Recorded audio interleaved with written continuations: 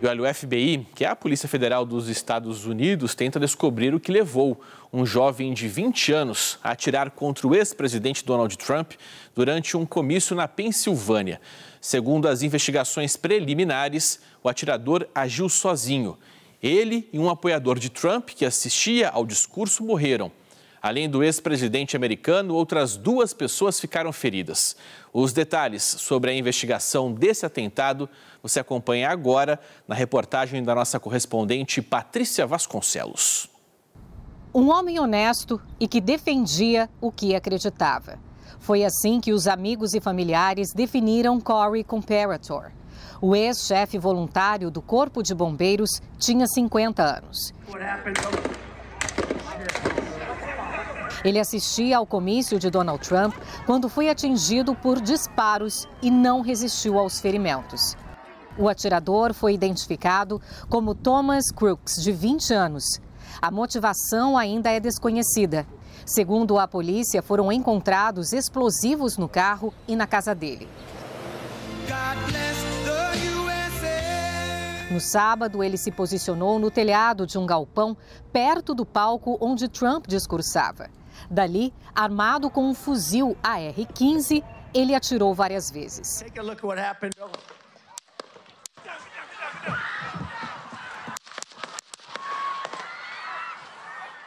Um dos disparos feriu o ex-presidente, que fazia o último comício antes de ser nomeado oficialmente como candidato. O atirador em seguida foi baleado e morto por atiradores de elite do Serviço Secreto americano.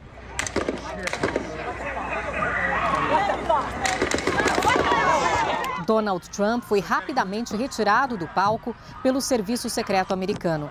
Imagens mostram que o republicano saiu dali com sangue na região da orelha e em parte do rosto. Com o punho cerrado e erguido para o alto, Trump demonstrou que estava bem. Ele foi levado para um hospital que, por motivos de segurança, não foi divulgado.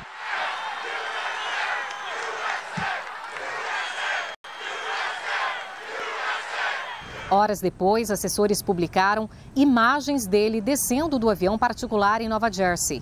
No vídeo é possível ver o republicano caminhando sozinho. Nas redes sociais, Trump afirmou que a bala atingiu um pedaço da sua orelha direita. O ex-presidente americano agradeceu ao serviço secreto e pediu união de todos os americanos. O presidente Joe Biden conversou com Donald Trump logo depois do atentado. Segundo ele, foi uma ligação rápida e respeitosa.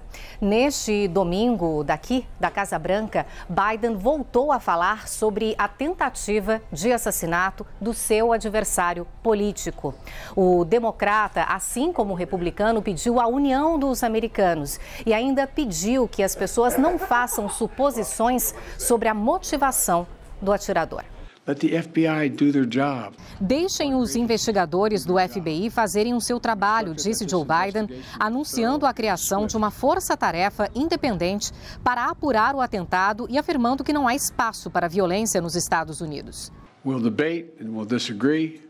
Podemos debater e discordar das coisas, mas não podemos esquecer o fato de que somos todos americanos, completou o democrata. Biden lembrou que Trump, como ex-presidente e candidato, tem direito ao mais alto nível de segurança, que será reforçada durante a convenção do Partido Republicano, que começa nesta segunda-feira e vai até quinta. O evento vai nomear Trump de forma oficial como candidato à Casa Branca. O ex-presidente confirmou presença e disse estar ansioso para falar com o público. As reações ao atentado nos Estados Unidos vieram do mundo inteiro. O presidente Lula classificou a tentativa de assassinato de Trump como algo inaceitável e que deve ser repudiado por todos os defensores da democracia. O ex-presidente Jair Bolsonaro comparou o ataque com a facada que levou durante a campanha de 2018. E ele foi salvo por questão de poucos centímetros. Isso, para entender, é o que vem de cima. A Rússia, país rival dos Estados Unidos, culpou o governo Biden por criar uma atmosfera para o atentado. O Vaticano emitiu uma nota em que expressou preocupação com o episódio, afirmando que a violência fere pessoas e a democracia. As manifestações de solidariedade a Trump também vieram de líderes de países como Argentina, China, Israel e França. Bom, a gente continua falando, desse atentado contra o ex-presidente americano Donald Trump. Vamos chamar o nosso parceiro aqui do SBT News e analista político, que é especialista em relações internacionais, Urian Fancelli, que tem as informações para a gente. Bom ter você com a gente em mais um domingo aqui, Urian. E uma informação importante que a gente tem, com certeza vai trazer um pouco do teor da nossa conversa, aí pelo menos ao longo dessa segunda-feira, foi a declaração de Biden dizendo que é preciso baixar a temperatura na disputa política nos Estados Unidos. Esse seria um aceno de que, fato, a questão envolvendo a disputa por lá realmente está muito intensa e está chegando num ponto trágico, como foi esse que a gente acompanhou aí nos últimos dias. Boa noite para você. Oi, Marcelo. Boa noite. Um prazer estar com vocês aqui mais uma vez. Eu acredito que ainda é muito precipitado a gente falar que esse seria o caminho que essas campanhas vão tomar agora. Por que eu estou falando isso? Porque o Donald Trump, ele vem já de bastante tempo, ele fez a sua carreira política basicamente criticando o sistema, se colocando como um grande perseguido por esse sistema que ele tenta combater, dizendo que existem aí forças que tentam silenciá-lo. Então, a partir do momento em que esses ataques ocorrem contra ele, qual que é essa primeira reação do Donald Trump?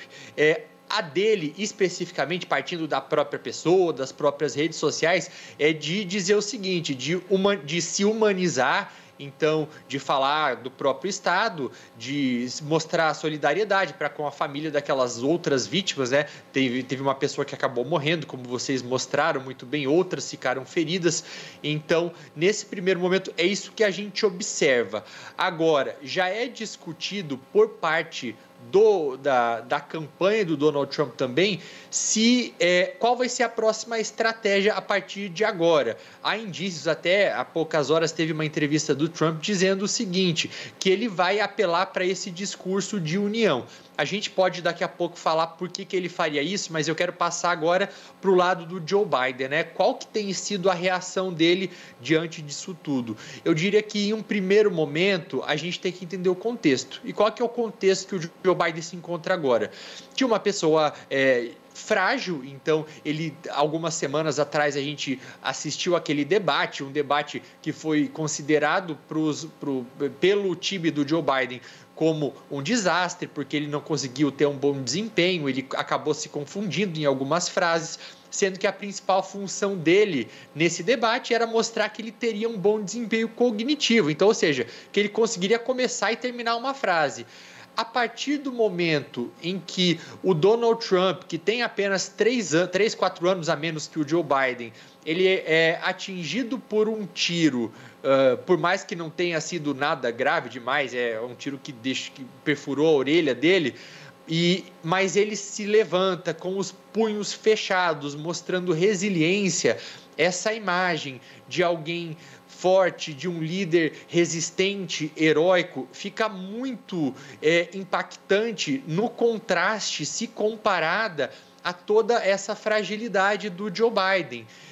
Então, por isso que essa estratégia atual do Biden de apelar para a união, de apelar para o bom senso, para os valores americanos, valores seguros, né, de condenar a violência, chamar atenção para os perigos da polarização extrema, ele faz isso porque é o que ele tem para fazer, ele não tem mais com o que trabalhar agora. Então, é uma estratégia de tentar lutar por aqueles eleitores que estão indecisos. A gente não pode esquecer que, apesar de tudo, a disputa eleitoral continua dos dois lados. Essa polarização que a gente vê nos Estados Unidos é meio pelo próprio sistema eleitoral, né, que disputa muito republicanos e democratas, mas a gente sabe que o Donald Trump, ele sempre acirrou, ele sempre estimulou, ele sempre trouxe um discurso que acabava inflamando o eleitorado dele, que é muito fiel, que é muito realmente compra a briga, né? E a gente vê muito com esse discurso que você fala que ele pode ter uma alteração, talvez pela união. Minha pergunta que fica é a seguinte, de fato, essa imagem de união colaria, seria algo que realmente seria incorporado por ele durante a campanha ou seria somente uma estratégia política numa tentativa de realmente apaziguar os ânimos? O Donald Trump apelando para a União, que é um elemento que a gente vai poder observar a partir dessa segunda-feira, que é quando vão começar as convenções do Partido Republicano. Então, vão durar aí do dia 15, de segunda-feira, até o dia 18. É possível, inclusive, que o Donald Trump anuncie quem vai ser a pessoa que vai ser o seu vice-presidente ou a sua vice-presidente. Mas por que ele faria, o próprio Trump, esse discurso de união? O Biden ele faz isso porque ele não tem outra alternativa, é o que ele tem na mão para trabalhar. Agora, o Trump, eu diria o seguinte, que ele já tem outras pessoas, ele já tem apoiadores, ele tem membros com cargos eletivos no próprio partido que pode fazer aquele trabalho que até então ele vinha fazendo, que é de apontar dedo, de inflamar o discurso, de tentar polarizar o país. Então, ele não tem por que mais fazer isso a partir do momento em que ele se torna vítima de um atentado. E a gente não pode ceder às teorias conspiratórias e acreditar que esse atentado não ocorreu. Tem muita gente falando isso, inclusive aqui no Brasil, né, dizendo que isso tudo foi uma invenção, que foi armação. Não, é um absurdo a gente pensar dessa maneira. Esse ataque ocorreu e ele foi confirmado por instituições muito sérias, como é o caso do Serviço Secreto americano, como é o caso do FBI e do próprio presidente Joe Biden. Então, o Trump apelar para isso é uma maneira dele tentar projetar ali uma percepção na população de liderança também. Então, ele terceiriza esse trabalho, diria assim, entre aspas, esse trabalho sujo de polarizar, de atacar, para aquelas pessoas que são do seu grupo, do seu partido, seus apoiadores, e ele faz essa parte aí um pouco mais nobre da política, de tentar mudar a percepção sobre a sua liderança, de ampliar o apelo, abandonando um pouco essas táticas polarizadoras, tentando se colocar em uma posição moral um pouco mais elevada. Agora, se isso de fato vai colar, a gente vai ter que esperar os próximos dias. Vamos ter que esperar também para saber se o Trump vai conseguir manter essa fachada, porque essa pessoa não é o Donald Trump que a gente conhece. Inclusive, ele tem, ao longo dos anos, incitado a violência, a polarização de diversas maneiras diferentes, como foi o caso ali em 2016, em determinado momento em que estava ocorrendo um comício da sua campanha, naquele contexto contra a Hillary Clinton, né, candidata democrata, em que o Trump ele incentivou seus apoiadores a serem mais agressivos com os manifestantes, dizendo o seguinte: se alguém vir aí alguém se preparando para jogar tomate, dá uma surra neles, tá bem? Eu pago a conta dos advogados de vocês. Então, esse tipo de declaração tem sido feita ao longo da história pelo Donald Trump e dá para falar, sim, que ele acabou agora sendo vítima de um sistema violento na política que ele próprio também colaborou para aumentar. Alimentando isso ao longo dos últimos anos e agora teve esse resultado. Um questionamento que a gente tem visto muito, Urian, até mesmo na internet, enfim, aquelas pessoas que acabam questionando o seguinte: isso seria já a assinatura, o decreto da vitória de Donald Trump? Porque a gente fazendo um comparativo com o que aconteceu no Brasil, a própria internet tem feito isso, comparando com o que foi a eleição aqui no Brasil, em que o ex-presidente Jair Bolsonaro sofreu aquele atentado, que ele levou uma facada durante um momento de campanha e ele teve um resultado positivo depois disso, né? Então acaba sendo inevitável fazer esse paralelo. Na sua visão e na sua experiência, é possível realmente fazer esse paralelo ou realmente são cenários muito diferentes que a gente não consegue comparar? Eu vi muita gente tentando fazer isso, né, tentando cantar bola já há quase 4 meses das eleições, mas eu acho extremamente arriscado fazer uma afirmação como essa. Não existe a possibilidade da gente afirmar o que vai acontecer na cabeça da população americana, até porque as estratégias das duas campanhas, tanto da republicana quanto da democrata, elas vão precisar passar por um ajuste agora e a gente precisa ver, com base nas pesquisas, até que ponto a população daquele país está comprando o que está sendo vendido pelos dois partidos. Então, não tem como falar isso agora. A gente não sabe sequer quem vai ser o vice do candidato Donald Trump para saber também se ele já ganhou essa eleição. O Joe Biden, sequer existe uma garantia, apesar dele falar que não, que ele vai ficar na corrida, mas sequer existe uma garantia de que ele vai ser o candidato democrata. Até porque as convenções do Partido Democrata, que é aquele evento que confirma a candidatura, só vão acontecer no mês de agosto em Chicago. Então, existe a possibilidade, por mais que seja mínima, de que isso seja mudado. Então, em um cenário de Donald Trump com um vice que a gente não sabe ainda quem é, com o Joe Biden ou algum outro candidato que nós também não sabemos como é, quem fala que a eleição está ganha, eu acredito que superestimando o próprio conhecimento e as próprias opiniões. Exatamente, acaba misturando e vivendo dentro de uma própria bolha. Por falar em bolha, durante esse mesmo discurso aí feito pelo Biden, ele até falou que é preciso sair da bolha. Ele falou o seguinte, olha, precisamos sair de nossas bolhas, onde só ouvimos aqueles com quem concordamos e onde a desinformação é desenfreada, onde atores externos atiçam as chamas de nossa divisão para moldar os resultados consistentes com seus interesses, não os nossos. Isso a gente viu muito no Brasil na última eleição e vai ver novamente. O extremismo, quando eu falo, são aquelas pessoas apaixonadas por esse ou por aquele candidato e acabam não conseguindo enxergar nada além do que aquilo que elas querem ouvir. Pelo histórico de campanha de Donald Trump na eleição anterior, eles devem utilizar essa máquina de fake news, por exemplo?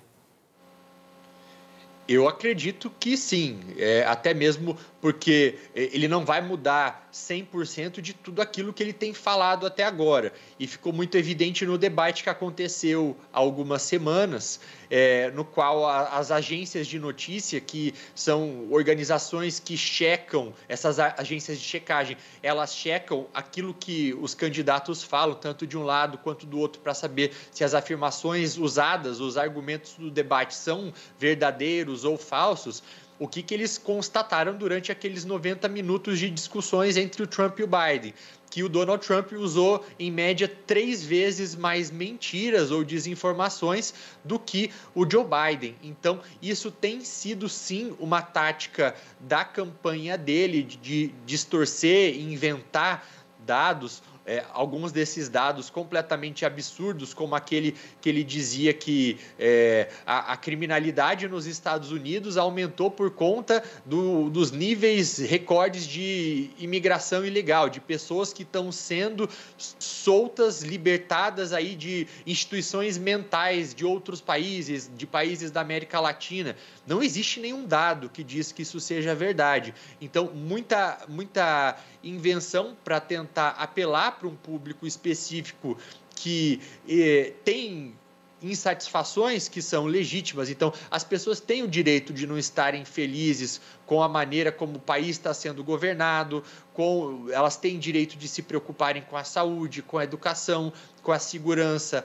Agora, o que é desonesto é você dar explicações falsas para por que certos setores daquela sociedade não andam tão bem. Dá para a gente encerrar, então, agora esse início de campanha de Donald Trump. O que esperar dessa primeira semana, ou dessa semana que está começando, de forma prática? Você acha que ele deve desacelerar um pouco as ações em público? Deve ter algum tipo de mudança em relação a esse comportamento que ele tem com o eleitor? Ou, de fato, aumenta-se apenas a segurança e ele tenta capitalizar isso de alguma forma para ele? Pode ser que haja uma revisada e uma revisão dos protocolos de segurança. Isso o Joe Biden mesmo ele pediu, ele falou que ele quer que isso aconteça, para ter um processo eleitoral mais seguro dos dois lados, não apenas dos republicanos, mas eu vejo que para observar urgentemente nesse primeiro momento, nessa primeira semana. Então, as convenções do Partido Republicano, então quem vai ser o candidato ou a candidata indicado pelo Donald Trump, se isso vai acontecer nessa convenção e se o Trump de fato vai adaptar esse discurso eleitoral. Então, se ele vai moderar um pouco mais, vai deixar para que os ataques sejam feitos pelos seus apoiadores e ele fica ali naquela posição de um pouco mais apaziguador, de pacificador, daquele líder que quer unir o país para tentar conseguir o voto daquelas pessoas que estão indecisas. Então, eu acho que é isso que a gente tem que observar, pelo menos nesse primeiro momento. Vamos deixar aqui no nosso radar e com certeza a gente vai consultando o Uriel Fancelli ao longo dos próximos dias para ele vir traduzindo, trazendo um pouco de todo esse cenário e, claro, análise sempre muito importante para que a gente consiga, ao seu lado, entender um pouco os desdobramentos desse caso. Uriel, uma boa semana para você, meu parceiro, está liberado, pode dormir agora e a gente volta a se falar numa próxima. Um abraço, bom trabalho para você.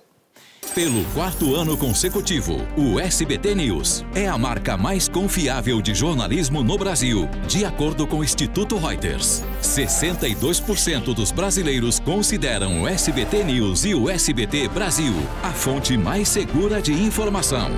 Além das reportagens da TV, com o SBT News você tem acesso a conteúdos exclusivos quando e onde quiser. SBT News, notícias que você pode confiar.